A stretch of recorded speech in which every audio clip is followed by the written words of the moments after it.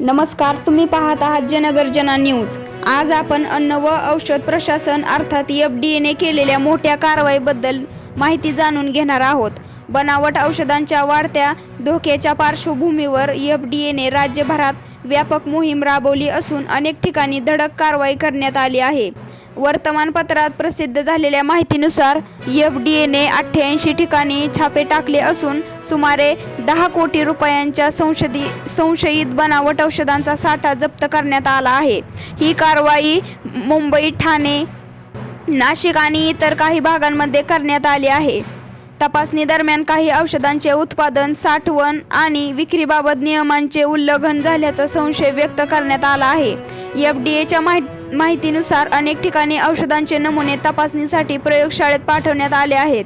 या नमुन्यांचा अंतिम अहवाल आल्यानंतरच संबंधित औषधे बनावट आहेत की नाहीत हे अधिकृतपणे स्पष्ट होणार आहे।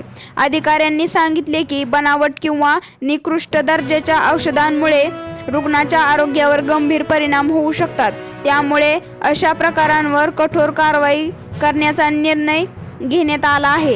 FDAचे म्हणणे आहे की नागरिकांनी औषधे खरेदी करताना नेहमी परवानाधारक मेडिकलमधूनच औषधे घ्यावीत, तसेच बिल आवश्यक घ्यावे आणि औषधाच्या पॅकेजिंगवरील उत्पादन तारीख, एक्सपायरी डेट, बॅच नंबर आणि उत्पादकाची माहिती तपासावी। जर एखादे औषध अत्यंत कमी किमतीत विकले जात असेल किंवा त्याच्या पॅकिंगबाबत शंका वाटत असेल तर त्याची माहिती त्वरित अन्न व औषध प्रशासनाला द्यावी, असेही आवाहन करण्यात आले आहे। या संपूर्ण प्रकरणात संबंधित व्यक्तींविरोधात तपास सुरू असून प्रयोगशाळेच्या अहवालानंतर आणि तपास पूर्ण झाल्यानंतर पुढील कायदेशीर कारवाई केली जाईल। मित्रांनो, आरोग्याशी संबंधित कोणतीही गोष्ट हलक्यात घेऊ नका। औषधे नेहमी विश्वासार्ह आणि अधिकृत मेडिकलमधूनच खरेदी करा। कोणतीही शंका आल्यास डॉक्टर किंवा फार्मासिस्टला सल्ला द्या। ही माहिती वर्तमानपत्रात प्रसिद्ध झालेल्या वृत्तावर आधारित असून तपास सुरू आहे। अंतिम निष्कर्ष संबंधित यंत्रणांच्या अधिकृत अहवालानंतरच स्पष्ट होईल। धन्यवाद।